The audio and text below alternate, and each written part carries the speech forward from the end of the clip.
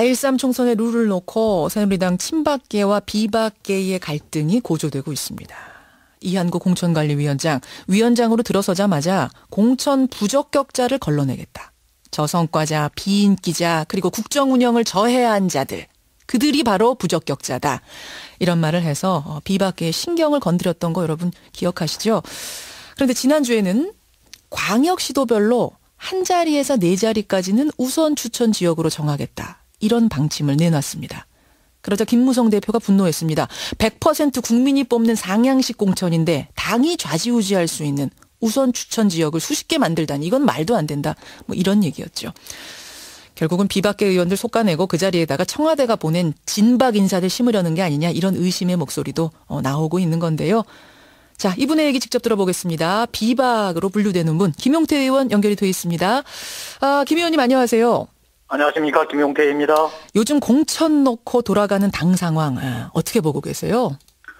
이 주말에 대보름, 촉사누리 등 행사가 굉장히 많았거든요. 예, 동네 예. 사람들 많이 만났죠.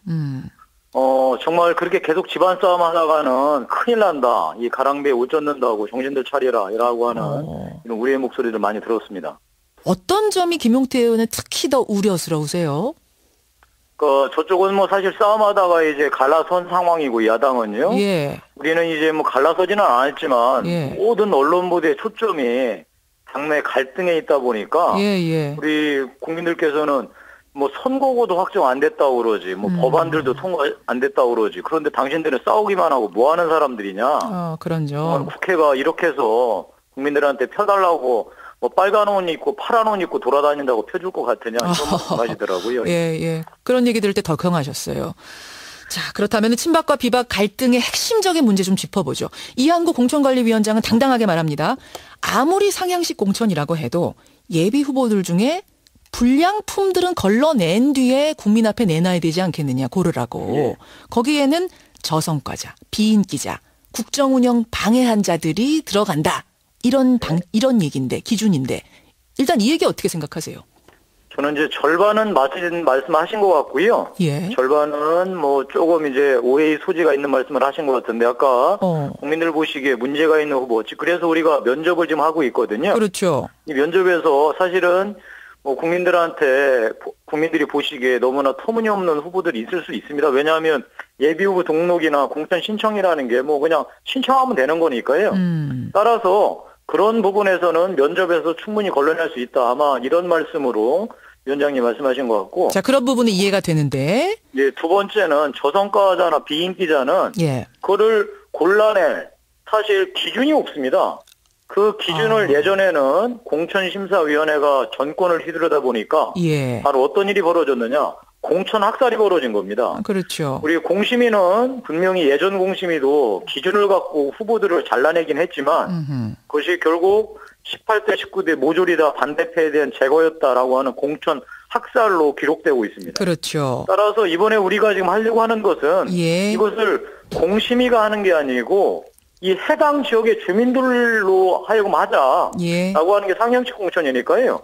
이 원칙은 흔들릴 수 없습니다. 따라서 저인기자, 저성과자는 우리 해당 지역 주민들이 존재감이 없다라는 이런 심판으로 아마 걸러낼 수 있을 거라고 생각하고 있습니다. 그러니까 국민들한테 둬도 저성과자, 비인기자들 걸러내실 수 있는데 100% 상향식 공천에도 그거를 기준을 갖고선 공천관리위원회가 하려다 보면 거기에 자의적인 부분이 들어가지 않겠느냐. 당의 권력자 입맛에 맞지 않는 사람들은 걸러내지지 않겠느냐. 이런 우려가 있단 말씀이시군요.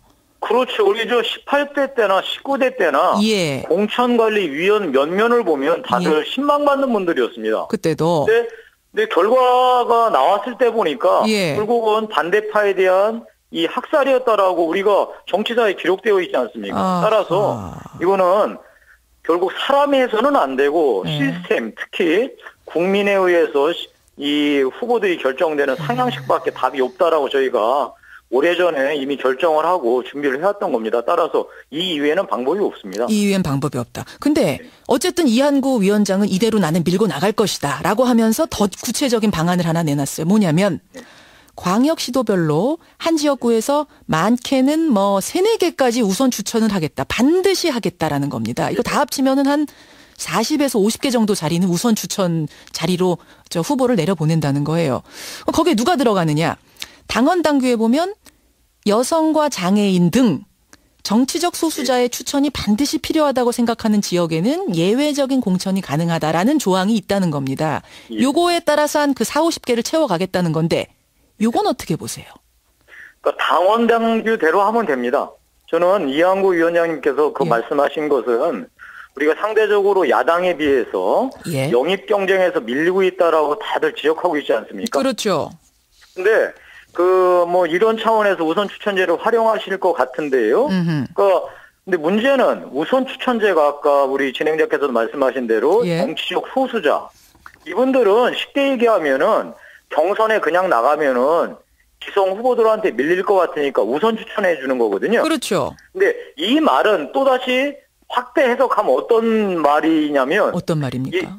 그러니까 이 본선에 나가서도 경쟁력이 사실은 떨어진다는 얘기입니다. 따라서 새누리당 텃밭에서 우선 추천을 해줘야 되는 겁니다.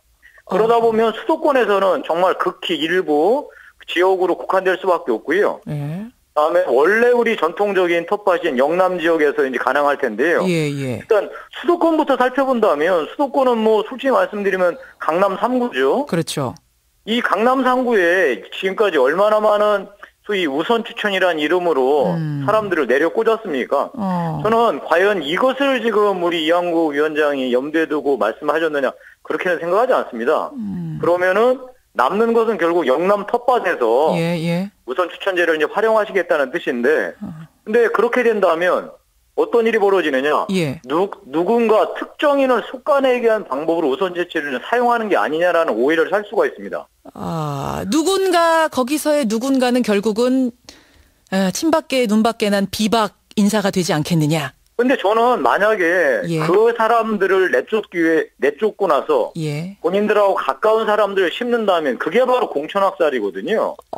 그래서 우리 이한구 위원장님께서 좋은 어떤 기준을 세워주셨어요. 어떤 건가요? 월급쟁이 그 양반집 고려님 같은 분들 이런 분들은 우선 추천이 아니더라도 해당 지역에서 국회의원으로서 이 존재감이 없기 때문에 아마 이 해당 지역 주민들이 충분히 심판하시리라고 보고 또 하나 우리 이한구 위원장께서 이런 지역에는 100% 국민 여론조사를 통해서 그간 당원들만 관리해온 이런 사람들 충분히 걸러낼 수 있다는 말씀하셨거든요. 저는 그래서 지금 현재 우리 제도 100% 국민 여론조사 및 그다음에 현역 말고 신인들한테는 가산점이 부여되지 않습니까? 그렇죠. 이런 것들을 활용한다면 아까 우리 이한구 위원장이 말씀하신 월급쟁이 양반집 도련님 같은 분들은 충분히 상향식 공천으로도 걸러낼 수 있다라고 생각하고 있습니다. 그러면 좀 정리를 하자면 광역시도별로 한 자리에서 한 3-4자리 정도 우선 추천제로 정한다. 요 방침에는 그럼 동의하시는 거예요? 그러니까 저는 아까 그것이 그 해당 지역에서 인위적으로 걸러내지 않는다는 조건하에 인위적으로 걸러내지 않는다. 그렇죠. 그래야죠 반드시요. 인위적으로 지금 걸러내지 않겠다고 하지 않습니까? 근데 뭘 우려하시는 걸까요? 인위적으로 걸러내지 않겠다고 하는데. 아니 그러니까 제 말씀은 인위적으로 걸러내지 않고 다음에 거기에 특정한 사람을 염두하에 두고 추천하지 않는다. 라고 하는 게 분명히 이제 우선돼야죠, 당연히. 근데 하다 보면은 이게 지금 그 특정한 사람을 염두에 두고 한 건지 안 한 건지 굉장히 애매해질 가능성이 크고 그러다 보면은 결국은 지금 우려하고 있는 청와대발 진박 인사들이 꽂히지 않겠는가 이거 걱정하시는 거죠? 그래서 지금 사실 가장 좋은 방법은 그 해당 지역에서 그분이 그 월급쟁이 양반집 도로님인지는 우리가 예비 여론조사 같은 걸 해보면 금방 알 수 있습니다. 특히 언론에도 지금 여론조사 결과들이 쏟아져 나오지 않고 있습니까? 그렇죠. 그런데 제가 보니까 사실 언론에서 관심 갖고 있는 지역의 그런 현역 의원들은 여론조사에서도 훌륭하게 나오시더라고요. 알겠습니다. 지금 같은 당 분위기라면 김용태 의원과 같은 우려를 하는 그러니까 이러다가 정말 학살되는 거 아니야? 이런 공감하는 의원이 많으세요? 말을 못할 뿐이지? 그러니까 저는 그 개별적인 한 분 한 분의 걱정보다도 이런 일이 벌어져서 당 전체에 미치는 그 물론이죠. 그래서 걱정하시는 건데 그것을 가장 우려하는 거죠. 그렇게 공감하는 의원도 많으세요? 많죠. 많아요. 특히 수도권 같은 경우에는 바둑으로 치자면 개가바둑 두고 있는 1, 2초 편차로 승패가 갈리는 데서는요. 본인들이 설령 우선 추천 지역으로 몰리지 않는다 하더라도 예. 어떤 특정인들이 그 공천학살 당했다고 언론에서 결국 새누리당 안에서 공천학살 됐다라고 예. 하는 보도가 뜨는 순간 예. 수도권에서는 치명적인 상처를 입게 됩니다. 그래서 나오는 얘기가 이제 김무성 대표는 지금 이한구 위원장이 권한 밖의 일을 하고 있다. 상향식 공천 100%라는 원칙을 뭐 훼손하고 있기 때문에 네. 해임해야 된다는 얘기까지 막 나옵니다. 그래서 이 문제와 관련해서 의원총회 열어야 된다. 뭐 아예 해임안 내놔야 된다. 이런 얘기들이 나온다라는 소문이 있던데 이거 동의하세요? 저는 제가 그런 얘기 듣지 못했고요. 지금 시점에서 우리 이한구 위원장이나 공관위를 해체한다는 건 있을 수 없는 노릇이고요. 예. 다음에 우리 대표께서도 예. 그러니까 상향식 공천을 우리가 관철해야 한다. 그게 국민과의 약속에 대한 도리다.